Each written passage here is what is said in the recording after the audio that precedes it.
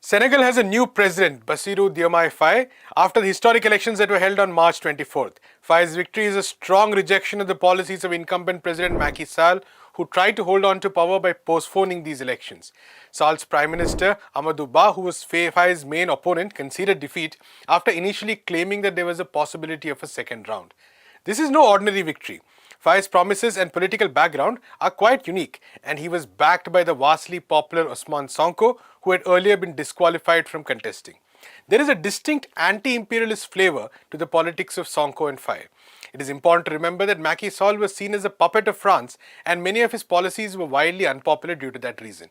So what does Faye's victory mean? We go to Abdul to find out.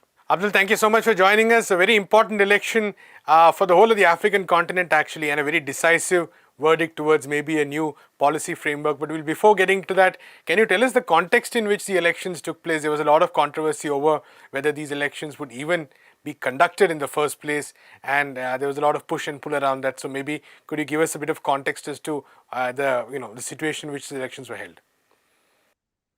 Well, Prashant, before the final announcement was made earlier this month, it was not very clear whether Senegal will see the elections this year or not, because if Macky Sall, the president, was allowed to do his whatever he wanted to do, the election would have been postponed till December of this year. Of course, the Constitutional Council did not agree with it and finally pushed him to announce the date. And finally, the elections happened. Of course, Macky Sall was basically afraid of kind of that whatever he basically wanted to extend his term in power. The 2 terms limit in Senegal's polity. Of course, it seems that Macky Sall did not find it sufficient enough to carry out his policies, whatever policy he had wished to implement, which of course were very unpopular. If you see, there were protests happening since 2021, at least, if not before that, in popular protests where thousands of people marched all across the country demanding kind of removal of the government, demanding restoration of some kind of form of democracy, demanding the end of the corruption and the kind of system which Macky Sall was identified with. The government led to try to repress the protests, which led to not only the arrest of hundreds of opposition activists, including the main opposition leader Sonko and his dissolution of his party, but also killing of around dozens of protesters. Some estimates say around 60 of protesters. So the elections happened after there was a popular pressure, and because the Constitutional Council stood on its ground to kind of not to agree with Macky Sall's proposal to extend the elections. Of course, there are other, as I said, the dysfunctional and oppressive government of Sall was primarily responsible for the popular movement, and which ultimately has led to the kind of result which we see now. Abdul, now in this context, like you said, this election is a definite rejection of Macky Sall's policies. He desperately was, I think, also trying to extend his tenure so that someone from his someone from his political side could win, but that hasn't happened. We have a new president whose political perspectives seem very different. So tell us a bit about this new president, his background, and what kind of policies he's kind of promised, or what are the ideas he's championed throughout the campaign. Well, Prashant, as we all know, Faye is quite young, and given that he was not the first choice to contest the election, Sonko was, and Sonko's policies, as I said before, were primarily opposed to the kind of policies which Macky Sall is aligned with or is known for. And one of the major issues, of course, apart from the fact that there is an economic crisis in the country, there is massive unemployment, and so on and so forth, which has kind of contributed to the rise of popular dissent against Macky Sall's or his government and his policy. But there are also major structural problems which Faye has tried to address during his election campaign, of course, carrying forward the Sonko's political agenda, which is related to kind of bringing Senegal out of the colonial, you can say, fold, kind of trying to, he has promised to reintroduce new currency, which will take Senegal out from the control of the its economy from by the French, in particular, French economy. So that is one major thing which Faye and his government Faye has promised during the election campaign. Also, there is a strong focus on renegotiation on the gas and hydrocarbon production, which Senegal is going to have. The Faye is saying that his government will, if he comes to power, he will renegotiate those deals which Macky Sall's government has signed with different countries.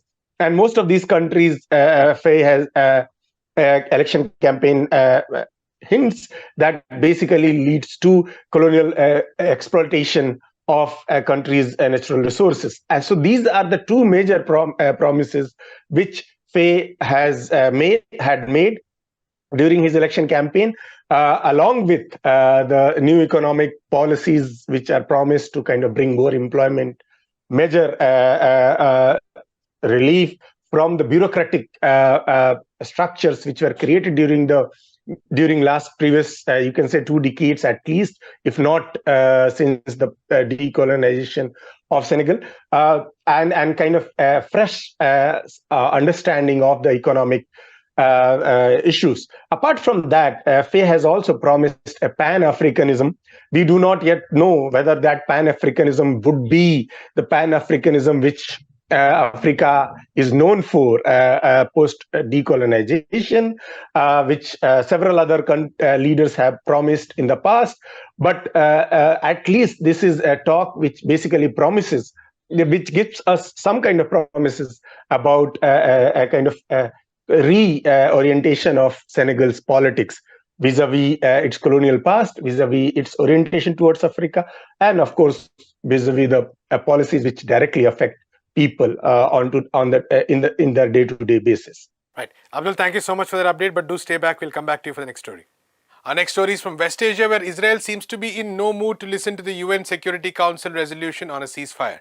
It has, of course, continued attacks on Gaza, but it has also launched strikes into southern Lebanon, which killed 7 people. The Lebanese resistance group Hezbollah responded with rocket fire. There are also reports of Israeli attacks on Syria. We go back to Abdul for more details. Welcome back, Abdul. So once again, Israel firing into Lebanon, again, human lives being lost, and this kind of indicates that definitely no end to the warfare despite what the UN Security Council has called for. But could you take us through what has happened over the past 24 to 48 hours on that front?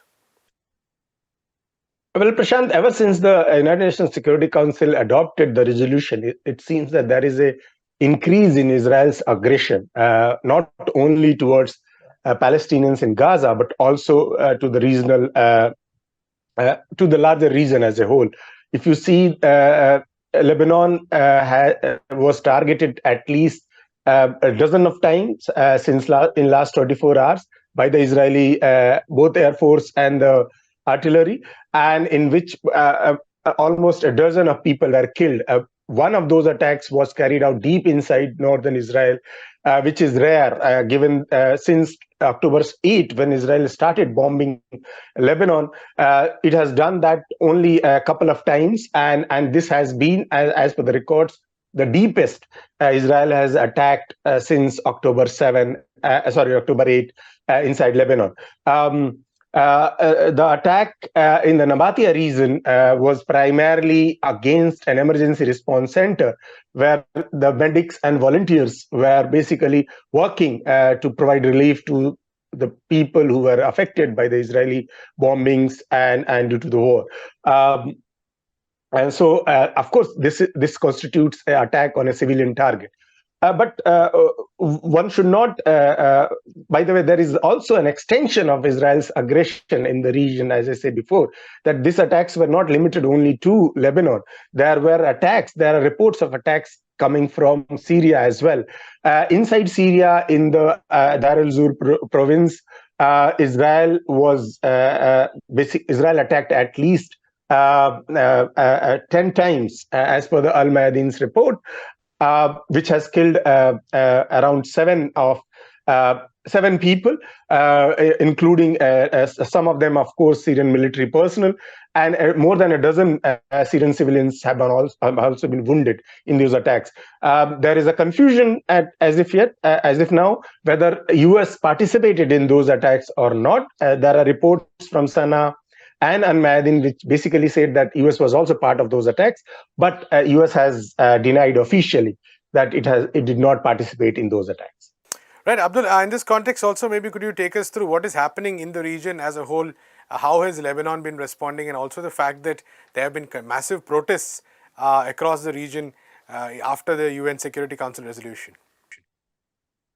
Well, Prashant, ever since the resolution was passed, of course, the people in the region have been demonstrating against the war in Gaza and demanding not only a ceasefire, but also breaking of relationship of their countries, respective countries, with Israel. So, for example, Jordan, which is now the center of the largest protests in the last few hours, at least for last 3 days. The protests are ongoing. Thousands of people have gathered in front of the Israeli embassy in Amman, demanding that Israel implements the ceasefire resolution which was adopted by the UN Security Council. But they're also demanding, as I said before, that Jordan should break its diplomatic relationship with Israel. Of course, if we talk about the larger region, we know that the Ansar Allah group in Yemen or the resistant groups in Iraq, as Hezbollah in Lebanon, have basically created a kind of axis of resistance and have been basically pressing through their attacks on the Israel-bound ships by the Ansar Allah group in Red Sea, or the resistance groups against the US presence inside the region. They have been basically trying to pressurize both the US and Israelis to basically stop the war in Gaza and kind of work on for a larger peace settlement. But so far, it has not happened. Finally, US seems to have kind of realized, it seems, their actions, at least during the voting in the last resolution, hints that it has realized the importance of peace at this moment. But Israel does not seem to agree with it, and it continues to carry out attacks, and in fact has increased the attacks. If we just talked about what happened in Lebanon, but also what is happening in Gaza at this moment. Thank you so much, Abdul, for those updates. And that's all we have in today's Daily Debrief. We'll be back with a fresh episode tomorrow. In the meantime, do visit our website, peoplesdispatch.org, follow us on all the social media platforms, and if you're watching this on YouTube, please hit the subscribe button.